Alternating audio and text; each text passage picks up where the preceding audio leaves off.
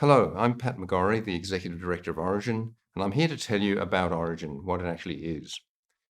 Orygen is a mental health research institute, a translational mental health research institute, which provides a whole spectrum of clinical care to young people in the northwest of Melbourne. But it's really an innovation hub, an innovation laboratory for developing new models of care, new treatments, new interventions in partnership with young people. And there are really four elements to what Orygen has become over the last 20 years since it was first set up. It's a clinical service, an innovative one, covering primary care right through to tertiary care. So we created Headspace as a platform of care and rolled that out across Australia. And we operate 5 of these Headspaces in the northwest here.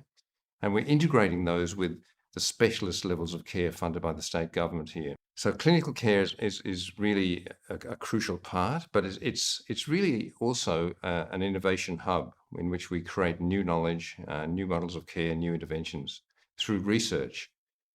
And we're not just a normal research institute. We have a whole series of teams working on new knowledge and new skills, but it's research for reform. It's research for change and for developing a whole new field of youth mental health care, of which Orygen is a key vehicle, and there are other vehicles that are being developed both here in Australia through Headspace and in other parts of the world as well.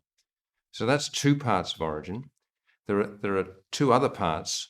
One is the translational program, which is really about education and training, making sure that the knowledge that we and other people produce in youth mental health is actually translated to the front line of clinical care and into the community, so people understand much better what drives mental ill health in young people and the causes of it and what we can actually do about it, and also the skills to actually help young people recover and live their best lives. So that's component 3 of Orygen. And the final one is really important, which is really the engine that has driven the growth and reform in our field, which is the policy and advocacy arm, which is becoming the Orygen Institute. So it's a policy think tank. It's a part of the organization that basically advocates, persuades, and makes the case for the creation of this new field and its resourcing by government and by the community, and stresses and communicates the importance of youth mental health to the general public. Now, we're pushing on an open door because every family knows that youth mental health is important, but our policy and advocacy arm has been very, very effective over the last 20 years, and that's why that we've seen the base camp level of reform that we actually have both here in Australia and around the world. But there's a lot more to do. And Orygen is the epicenter. It's a crucial vehicle for driving this field forward in partnership and collaboration with like-minded people, both here in Australia and around the world. Orygen began in 2001, emerging from our previously very successful work in early intervention and psychosis.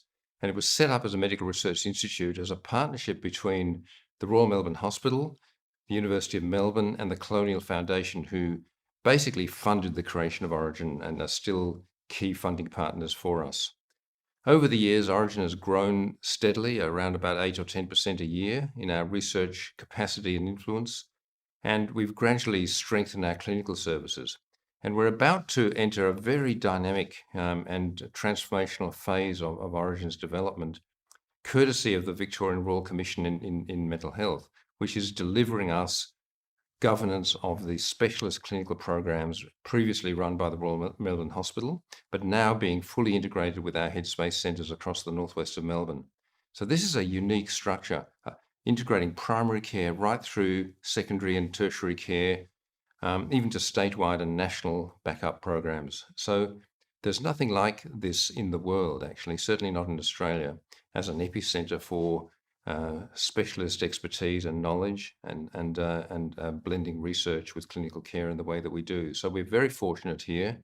We've got wonderful partners, wonderful supporters, and we've got great collaborators across the nation and around the world as well. So we are expecting very, very big things over the next few years. The pandemic's underlined the crucial value of mental health to every person, and particularly young people. The mental health of young people has suffered significantly during the pandemic, and it was already on the slide prior to the pandemic with deteriorating mental health in young people around the world. So youth mental health is probably one of the top public health priorities in the world as we emerge from the pandemic now.